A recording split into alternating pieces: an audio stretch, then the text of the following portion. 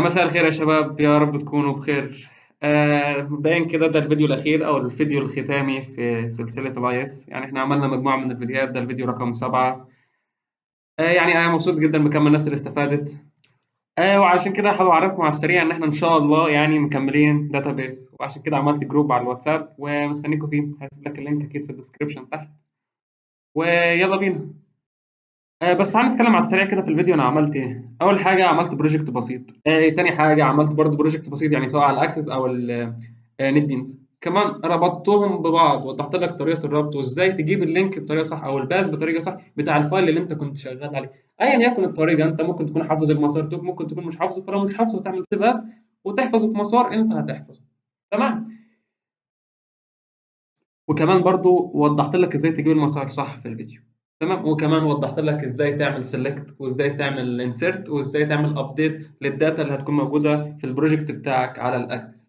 ف يلا بينا، يعني مستني ايه. طيب مبدئيا انا عملت بروجكت كده بسيط على الاكسس، يعني في وان تيبل اللي هو اسمه بوكس، والكولومز اللي فيه هي الاي دي والتايتل. دي اول حاجه. تاني حاجه هعمل نيو بروجكت. اتاكد ان هو جافا وز مايفن، وادوس نيكست وفينش. الاسم انا مش مهتم بيه دلوقتي. هيفتح معايا بالشكل ده. تالت حاجه اروح فين؟ شايف كلمه بروجكت فايلز؟ هدوس عليها وافتح الاكس ام ال فايل ده، دبل كليك عليه هيفتح معايا بالشكل ده. حاجه في الجزئيه دي واضيف الكود اللي انا هسيبه لك. تمام. هو الكود ده هعمل سيلكت اول عليه، واروح ضايفه في الجزئيه دي، واعمل سيف لي. هرجع للمين، هجيب الكود اللي الدكتور بعته في الفايل. تعال نعمله ككومنت بس عشان نمشي خطوه خطوه. ماشي. بعدين انا هجيبه من هنا سيلكت اول لهنا الكود، وهحطه في الجزئيه دي. طيب بعدين تعالى نبدا باول حاجه هعملها في الجزئيه دي، ان انا هاخد دول اعملهم الامبورت، احطهم فوق عشان ما انساش. اهم حاجه اكيد اللايبرز. فممكن باختصار برضو مش شرط اكتبهم كلهم، يعني انا ممكن اكتب سيكوال دوت استريك واريح دماغي. هقول لك على حاجه. الدكتور اتكلم عن النقطه الستيتمنت والبريبيرد ستيتمنت. ايه الفرق ما بينهم؟ الستيتمنت بستخدمها عشان اعمل بيها، دي بستخدم الدكتور، معرفش في حاجه ثانيه ولا لا، اعمل بيها سيلكت. انما البريبيرد ستيتمنت بستخدمها عشان يعمل بيها ابديت وانسرت. ده اللي استخدمه الدكتور. تمام. حلو خالص. الخطوه اللي بعديها بقى، انا كده كده مش محتاج سطر امر السطر الطباعه ده، هشيله. تعال نبدا باول حاجه، ان احنا نعمل سيلكت للداتا. هتاخد اول حاجه الجزئيه دي من اول هنا لحد التراي والكاتش، كوبي ونحطها هنا. تعال نشرح نقطه نقطه. ماشي. هي اتكررت المين فانكشن دي، انا مش عايزها.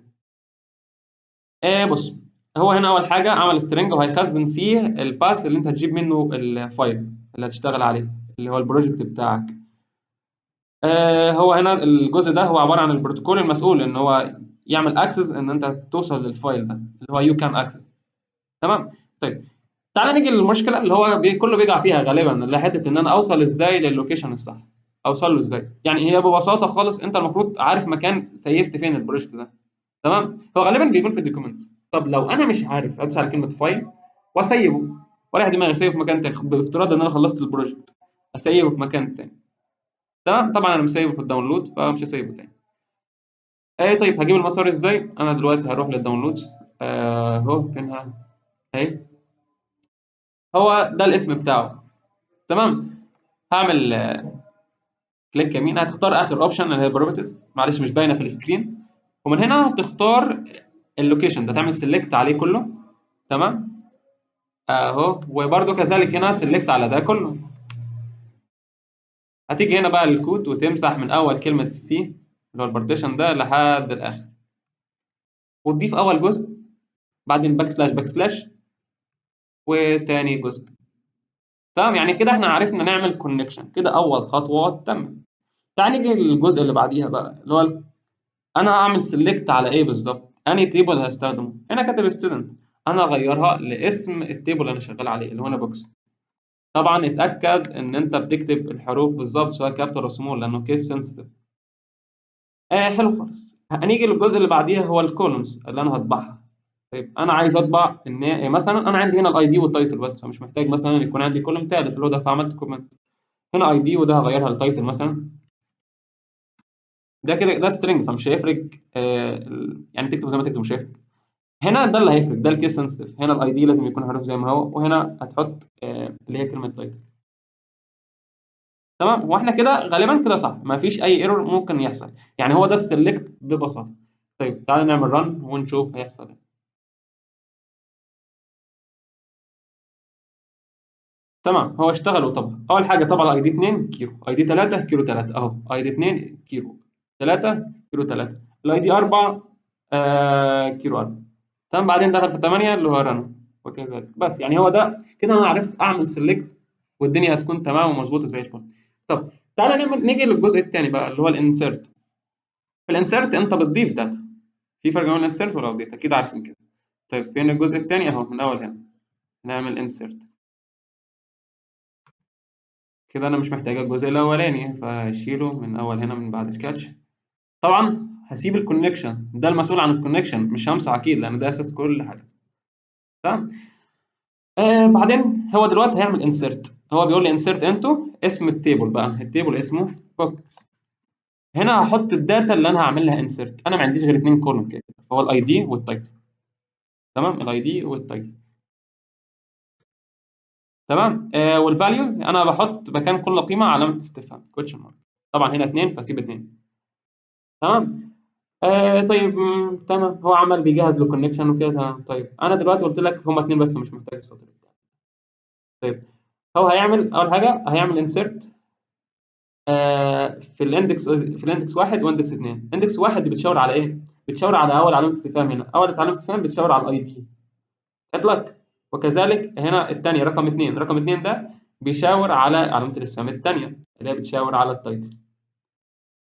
تمام، يعني انا بدخل الاي دي وبدخل التايتل هيكون ايه. يعني نفترض طبعا 8 موجوده فيحصل ايرور لان الاي دي ده عباره عن برايم كي، فهيحصل لك ايرور. تعال نفترض مثلا رقم 10 مش موجود، اضيف ايا يكن اسم كيلو اهو. تعالى نعمل ثانيه في حاجه تانية محتاجه تعديل. لا، يعني هو لو اشتغل فيعمل لك داتا انسيرت سكسسفول. تمام، تعال نعمل رن.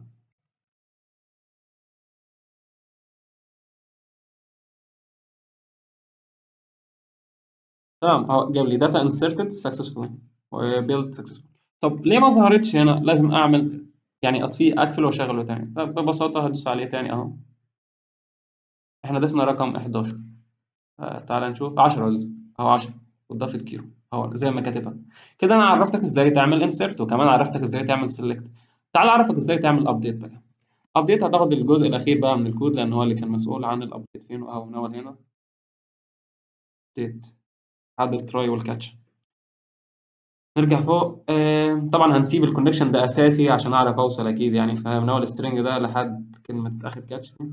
طيب هنا هيعمل ابديت. هنا هحط اسم التيبل هنا بوكس. هيعمل ايه الداتا اللي هيعدلها؟ انا عايز الاي دي وعايز اعدل كمان التايتل.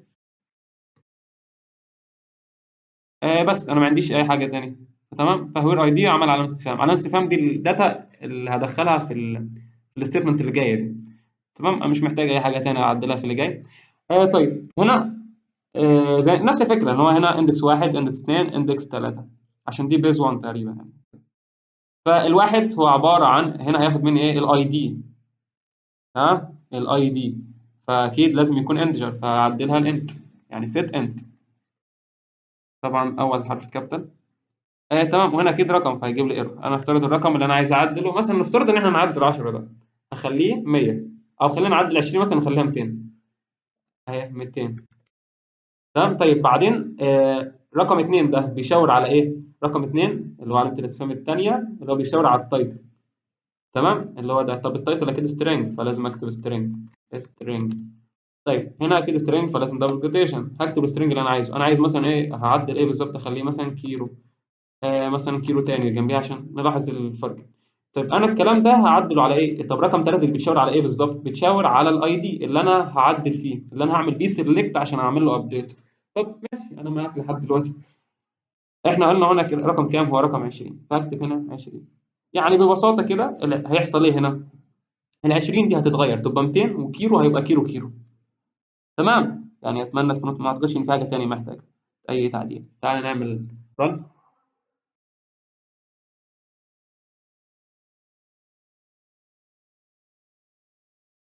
بس طالما ظهر لك الداتا ابديت سكسسفولي فكده تمام والعمليه تمت. طب ليه ما ظهرش؟ نفس الفكره، لازم افصله واشغله تاني اهو. اهو بقى 200 كيلو كيلو. بس يعني دي ببساطه، وده مثال بسيط. طبعا للامانه اي بروجكت محتاج اكواد كتيره وشغل عالي، يعني اتمنى انت تدوس في الموضوع ده وهيكون شيء كويس خالص منك.